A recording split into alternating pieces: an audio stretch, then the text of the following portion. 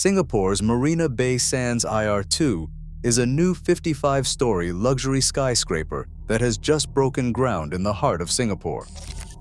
It will have 570 ultra-luxury suites and a 15,000-seat arena designed by the same firm behind the Las Vegas Sphere. Las Vegas Sands is betting $8 billion on this project. That entire project is being built on the exact same kind of reclaimed ocean floor that undermined Millennium Tower in San Francisco. Soft soil, compressed seabed, land that did not exist 50 years ago. The engineers say they have it under control. The original Marina Bay Sands sits on 5,000 piles driven 160 feet to bedrock. The new tower will be even bigger. But Singapore is barely above sea level. Climate projections suggest the region could see over 3 feet of sea level rise by 2100. And every engineer who has worked on this site privately knows the same thing. Building heavy on reclaimed land is a calculated bet, not a guarantee. So how does the most ambitious city in Asia commit $8 billion to a skyscraper on ground that engineers said could not support buildings in the first place? But first, let us go back to when Singapore decided it needed to become a destination. This is Marina Bay Sands, located on Singapore's southern waterfront in a district that did not exist when most adults watching this video were born. The land underneath these buildings is reclaimed from the South China Sea. Singapore has been pumping sand fill into the ocean since the 1970s, building barriers to hold it in place and slowly converting open water into buildable real estate. It is one of the most ambitious land creation programs in human history. The country has expanded its physical land area by more than 25% since independence in 1965. Almost entirely by displacing the ocean. The original Marina Bay Sands opened in 2010. 3 towers, each leaning inward by up to 26 degrees, with a 1,100-foot sky park balanced across the top. A swimming pool 650 feet in the air. The largest rooftop infinity pool on Earth. When the architect Moshe Safdie first showed the design to structural engineers, the reaction was almost unanimous. This thing will not stand. The total project cost was $5.7 billion in 2010, roughly $8.5 billion in today's money. At the time, it was the most expensive standalone casino resort ever built. Today, Forbes calls it likely the most profitable casino in the world. The CEO of Las Vegas Sands has called it the most successful resort in history. 45 million visitors every year.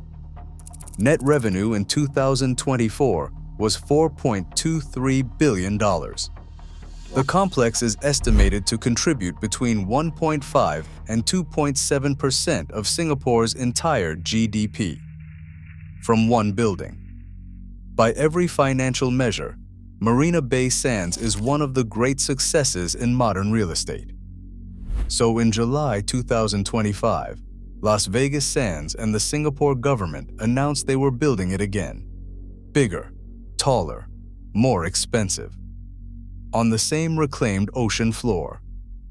And not everyone in the engineering community is comfortable with what is happening next. To understand why the new project is so controversial, you have to understand how the original Marina Bay Sands stays up. The ground underneath is essentially compressed ocean floor. Reclaimed land is not stable ground in the way bedrock is. It settles. It shifts. It consolidates over decades. Building a skyscraper on it without proper foundation engineering is like building on a giant sponge. The solution for the original 3 towers was 5,000 piles. They are steel and concrete columns, driven 160 feet into the earth to reach solid bedrock. Without those piles, the towers would not just crack, they would slowly sink into the ground. That last sentence is not theoretical. It is exactly what is happening to Millennium Tower in San Francisco right now, on identical soil conditions. We covered that story on this channel in detail. The Millennium Tower piles only went about 80 feet down and stopped in sand. Marina Bay Sands went nearly twice as deep and went all the way to bedrock. That single decision is the difference between a successful tower and a sinking lawsuit. The second engineering problem was the lean. 3 skyscrapers leaning inward by up to 26 degrees mean the main structural enemy is not wind. It is gravity itself. The towers had to be built with reinforced concrete cores 28 inches thick at the base and massive steel trusses to tie everything together. The margin for error in the lean calculation was essentially 0. A few degrees off, and the towers would have collapsed inward toward each other. The third problem was the Sky Park itself. 1,100 feet long. Over 7,700 tons of steel. Extending 220 feet beyond the edge of the last tower. A cantilever hanging in open air with nothing below it. That cantilever alone is longer than the Eiffel Tower is wide at its base. To build it, engineers prefabricated 14 massive segments off-site, floated them in on barges, and hoisted them 650 feet into the air. Some lifts were run overnight to avoid wind. At that height, a single gust could destabilize a segment weighing hundreds of tons. Each piece was welded into place with millimeter-level precision. And the infinity pool on top is not just a pool, it is an active engineering system. The towers below it are constantly moving from thermal expansion, wind sway, and concrete creep. The Sky Park itself can shift 3/4 of an inch in a single day. The pool is divided into 3 sections with expansion joints. 500 hydraulic jacks underneath constantly adjust to keep the water perfectly level. Hidden pumps manage the balance continuously. Without all of that, the pool would crack. Or worse. Marina Bay Sands is one of the greatest feats of structural engineering in modern history. It is also a building that requires constant active management just to stay functional. And the team that built it is now about to do it again, on the same reclaimed land, with an even more ambitious design. If a building that has to actively adjust its own pool every day to stop from cracking sounds like the kind of engineering story you want more of, hit subscribe right now. This channel digs into the towers, the foundations, and the climate risks. Most outlets never explain. Now back to the story, because the new tower is where the math gets uncomfortable. There is a new variable in the foundation math that did not exist when the original Marina Bay Sands was designed in 2006. Climate change. Singapore sits barely above sea level. The entire city is essentially a low-lying island state with most of its critical infrastructure within a few meters of the waterline. Government projections suggest sea levels in the region could rise by over 3 feet by the year 2100. Some independent climate models project significantly more. Reclaimed land that is already close to sea level becomes increasingly exposed to flooding risk, storm surge, and soil saturation over time. The piles that anchor Marina Bay Sands to bedrock, 160 feet down, do not care about sea level. But the soil column above those piles does. As groundwater levels rise, the soil consolidates differently. As storm surges become more frequent, the soil saturates more often. And as the climate changes faster than any city's infrastructure plan accounted for, the assumptions baked into the original foundation design start to age in ways the engineers did not model in 2006. The new tower, IR2, is being built on the same reclaimed coastal land. The engineering team is not just solving structural loads and seismic challenges. They are now modeling 50 to 100-year climate scenarios. They are building for a future that looks significantly different from today. The original Marina Bay Sands was designed for the climate of 2010. IR2 is being designed for the climate of 2080. Nobody knows for certain what that climate will look like. Las Vegas Sands has $8 billion riding on the answer being acceptable.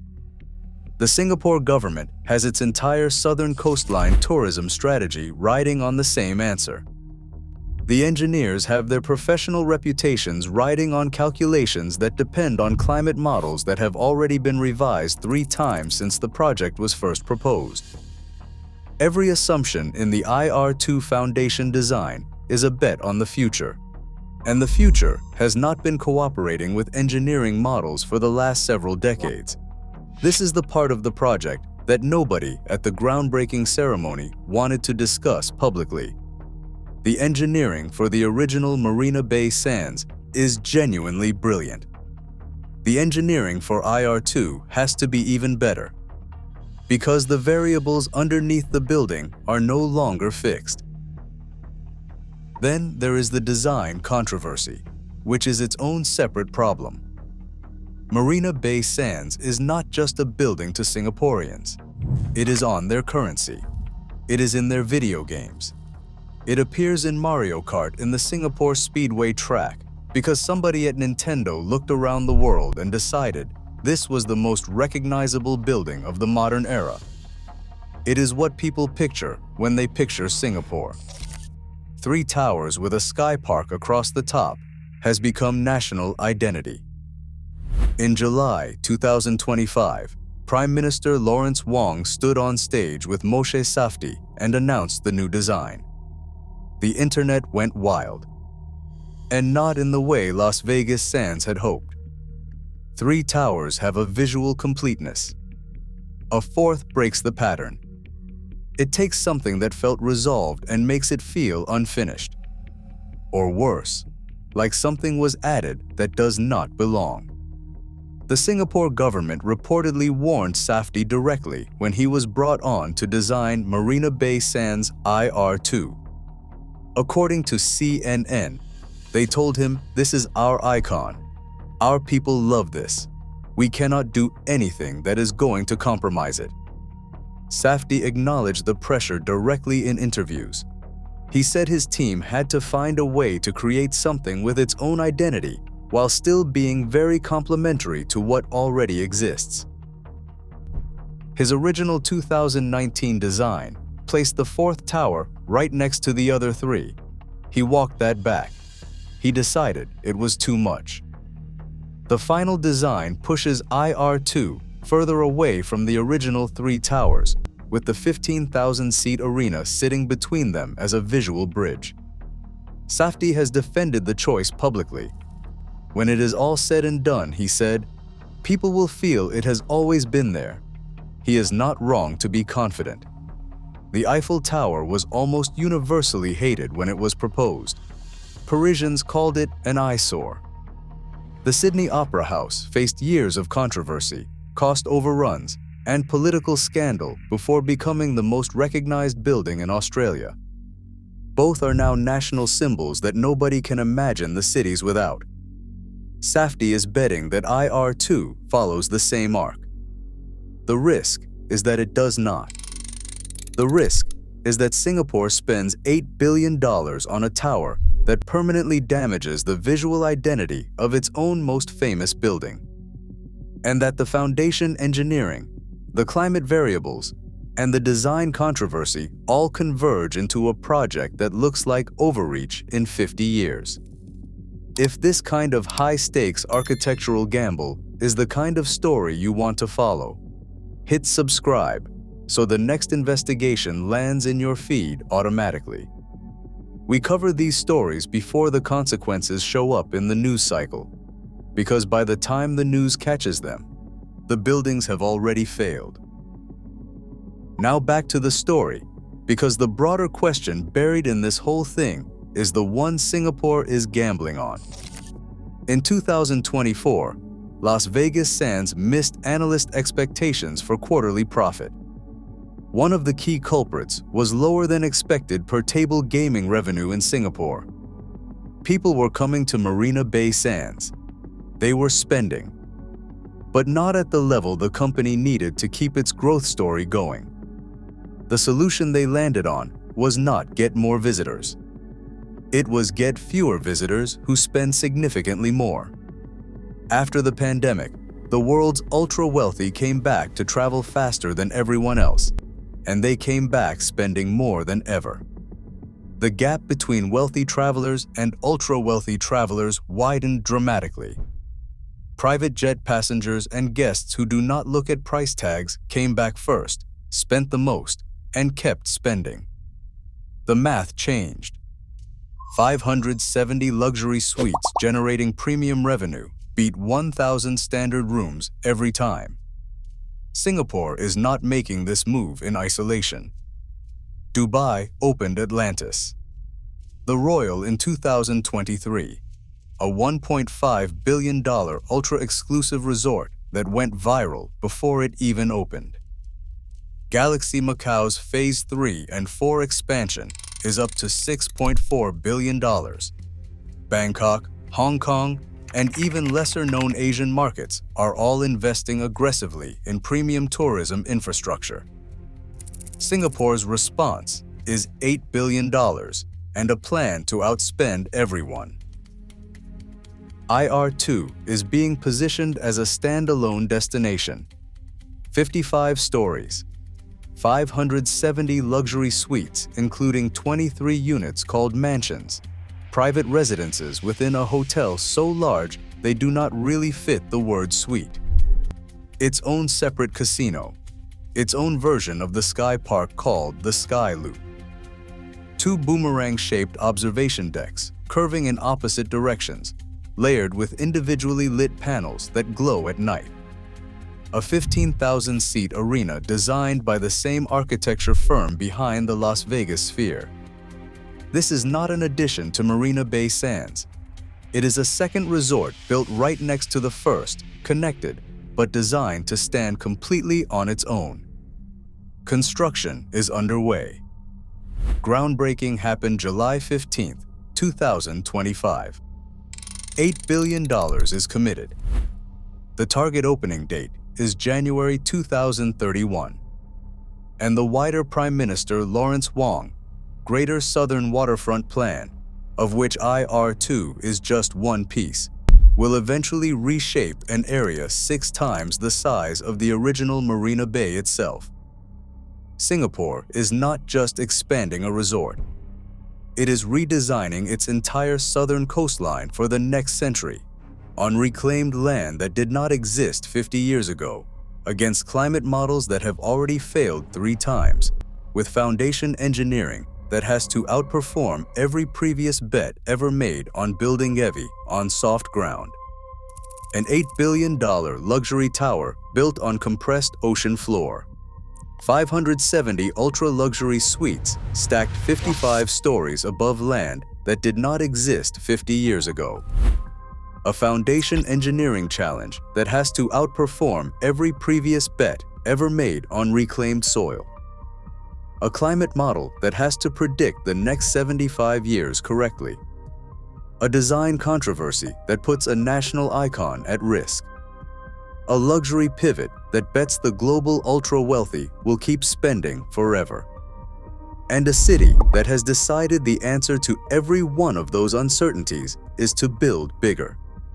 Work is underway. The cranes are up. The cement is being poured. Singapore is doubling down on the same ground that destroyed Millennium Tower in San Francisco, with the same engineering principle that failed there, just executed with more money and deeper piles. If it works, it proves you can literally build the future on nothing. If it does not, somewhere on the Marina Bay waterfront in 2050, a homeowner will roll a marble across their hardwood floor. And the world will already know exactly what comes next. Because the same question that built every sinking luxury tower in history is the same question Singapore just signed off on for $8 billion. How much can you build on ground that was never supposed to hold a city?